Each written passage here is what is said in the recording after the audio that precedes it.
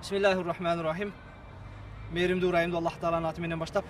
Tuğra суроо коюп атасыздар. Бүгүн биздин коомчулуктагы эң бир популярдуу болуп аткан, элдин баардыгы ошол нерсеге азгырылып дейбизби, же болбосо мына ошол үй алуудун оңой жолу деп байкуштар кызыгып, мына ошол кооперативдер аябай бир бүгүн дүрбөлөң болуп, элдин баары ошол тарапка агымдын баары оогуп аткан учур.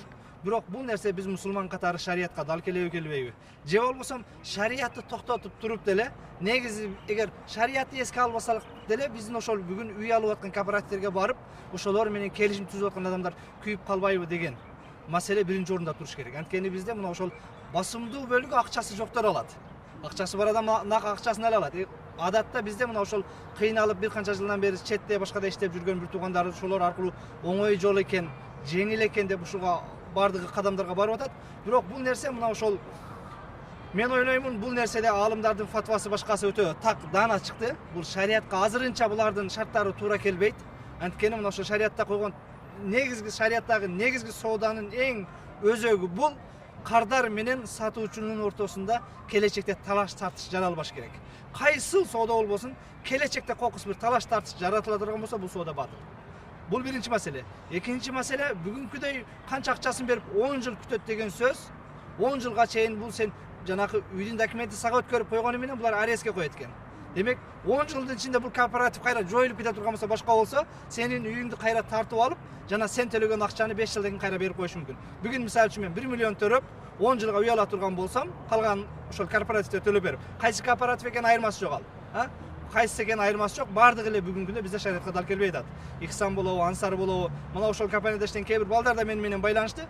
Туура алымдардын кече чыккан акыркы пункт менен белгилеп берген фатваларын окудук. Бир экөөсү бизге туура келбейт экен деп чыкты. Мына ошол бир экөөсүнүн негизгиси эч ким гарант болбойт.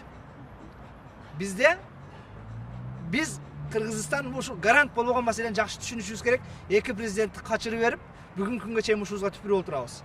Кокус эртең бул кооперативтерде качып кете турган болсо, аны ким төлөп берет? Бүгүн мына ошол негизги шарият койгон талап, эгер булар качып кетсе, төлөй албай калса, банкрот болуп калса, мамлекет гарант болуп бериш керек.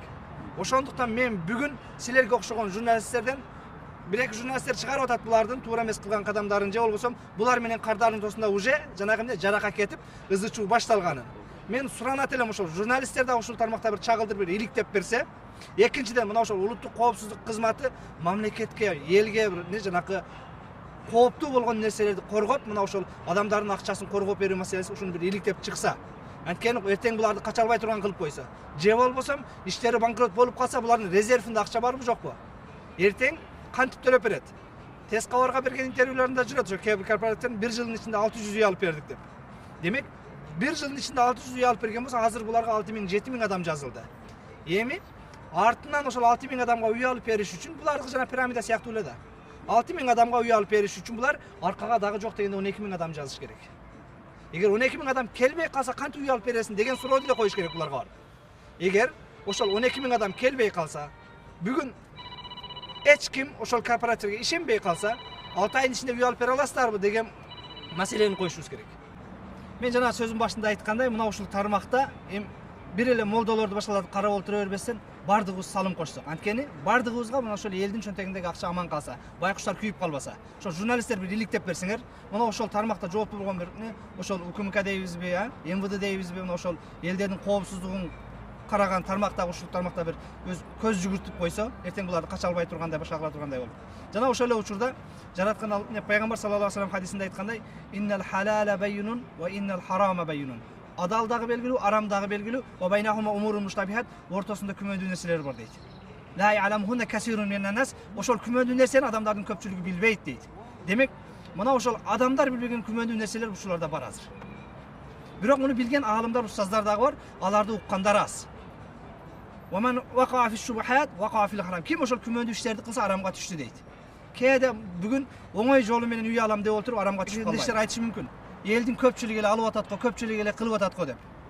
Ал харам япка хараман ва ла яфалухул жами'. Эгер элдин баары кылса дагы арам бойдон тура берет. Элдин бардыгы кыла берген нерсе боло берет деген сөз эмес.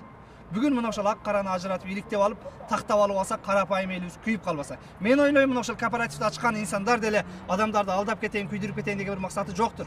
Бирок биз айтканыбыз, бул жерде мына ошол шарият койгон талаптардан мүчүлүштүк барбы? Демек, акыры жакшылык менен бүтпөй калуусу мүмкүн деген кооптонуу гана. Негизи баарынын ичине ийгилик каалайбыз. Эгер адал болгон болсо, жакшы болгон болсо, ийгиликтүү болуп, мына ошол акчасы жетпей аткан инсандарды үйлүү кылганы бул сооптуу иш. Пайгамбар саллаллаху алейхи вассалам хайрун нас анфаухум линнас, адамдардын эң жакшысы адамдарга пайдалуусу дейт. Эгер пайдасы тийген болсо жакшы, бирок мен ойлойм, эртең залакасы тийип калуусунан коркконубуз. Элдин баардыгын кооптонгону ушул тармакта бир абайлап, ошого карап анан келишим түзүп үй алышса, адамдарды ушуга эскертет элем. Андан тышкары мына ошол кооперативдин баарына Кудайдан корккон адамдардын акысынан коркуп, туура жолун тандагыла деп эскертип кетет элем. Алла ыраазы болсун.